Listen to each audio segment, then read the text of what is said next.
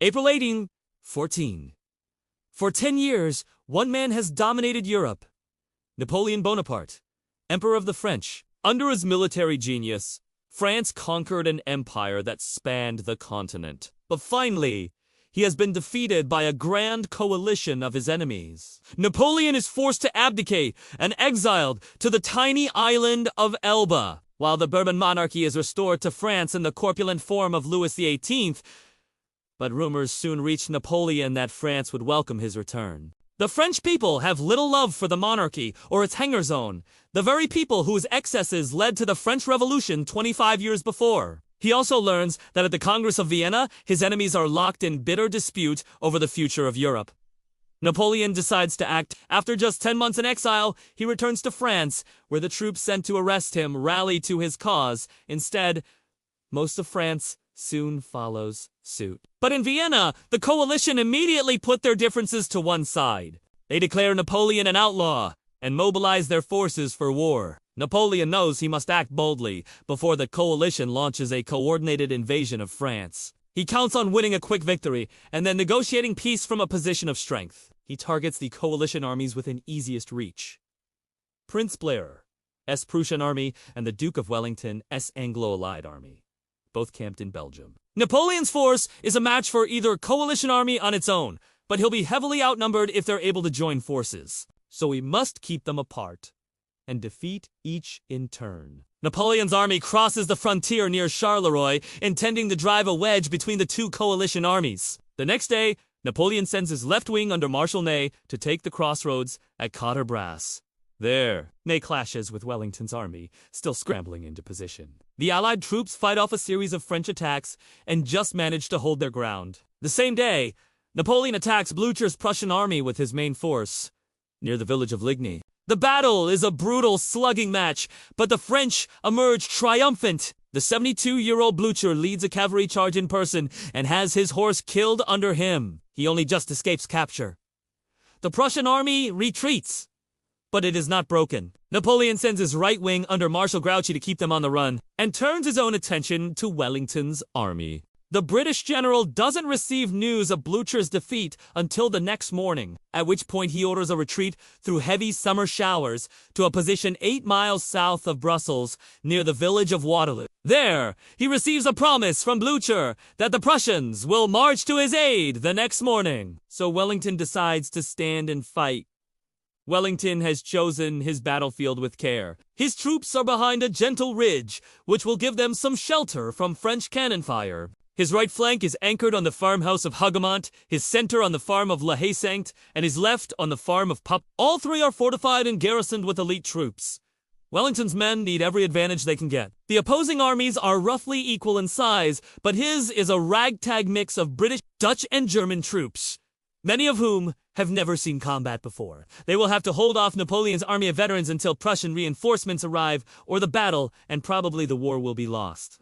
Sunday dawns bright and fair. Napoleon has ordered Marshal Grouchy to pursue the Prussians and keep them busy while he defeats Wellington's army at Waterloo and opens the road to Brussels. But it's Grouchy who gets pinned down, fighting the Prussian rearguard at Waver. The main Prussian force eludes him and is already marching to Wellington's aid. At Waterloo, Napoleon delays his attack, waiting for the ground to dry, which will make movement easier for his troops. But the lost hours will later prove costly. The battle begins around 11 a.m. when Napoleon orders a feint against Wellington's right flank at Hougoumont. He hopes Wellington will commit his reserves here, drawing them away from the center where the main blow will fall. But Hougoumont's British and German defenders cling on desperately throughout the day. At one point, the French force their way through the main gate, but it's shut behind them and the intruders are all killed. Wellington later calls it the decisive moment of the battle. Around noon, 80 French cannon opened fire against the main Allied line. Most of Wellington's men are out of sight on the reverse slope,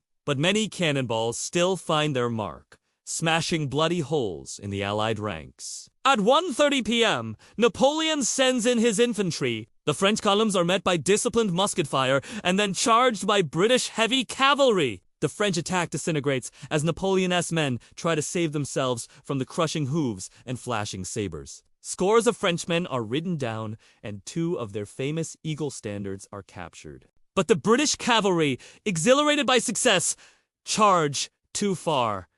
They become scattered, their horses blown. At their most vulnerable, they're countercharged by French cavalry and suffer terrible losses. Among the dead, Major General Sir William Ponsonby, commander of the Union Brigade. Around 4 p.m., Marshal Ney thinks he sees the Allies begin to retreat and leads a mass cavalry charge to drive home the advantage. But Ney is wrong. The Allied infantry are ready, formed in hollow squares, with bayonets fixed. The French cavalry can't break into these impregnable formations. They can only circle impotently until they retreat or are shot from the saddle. Ney's failure to support this attack with either infantry or artillery is a serious blunder. Meanwhile, Blücher's Prussians have begun to arrive. They capture the village of Plancenoit, threatening Napoleon's flank and forcing him to send reserves to recapture it. Around 6 p.m., French infantry finally captured the farmhouse of La Haye-Sainte in the center of the battlefield. It allows the French to bring forward artillery and blast the Allied squares from close range. They can't miss the closely packed formations,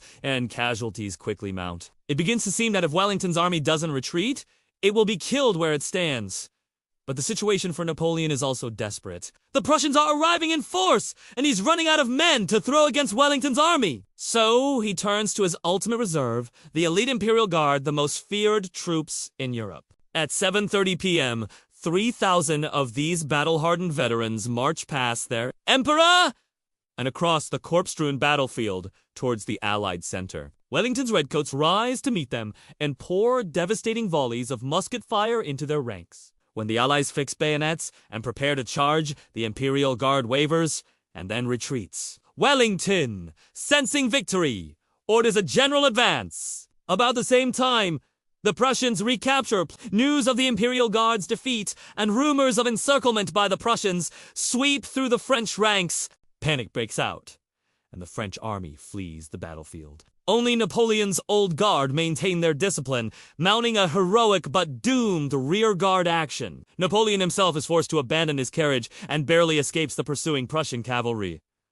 The battle is won. The Duke of Wellington and Prince Blücher meet and congratulate each other outside Napoleon's former headquarters. An inn called La Belle Alliance. Blücher thinks it's the perfect name for their shared victory, but Wellington prefers the more English-sounding Waterloo, where he has his own headquarters. The Battle of Waterloo was, in the words of the Duke of Wellington, a damned near-run thing. It was also one of the bloodiest battles of the age. Around 50,000 men were killed or wounded. 23,000 coalition casualties, 27,000 French. Due to an appalling shortage of medical care, many of the wounded were left lying on the battlefield for several days. Napoleon was utterly defeated. Unable to raise another army, he surrendered to the British. They transported him to a second exile on the tiny, remote Atlantic island of St. Helena. This time, there was no escape. He died there 6 years later. Waterloo marked the beginning of a period of relative peace in Europe. There were no wars between the great powers for 40 years, and the British would not fight on the continent for another 100 years until the summer of 1914. 40 years after the battle,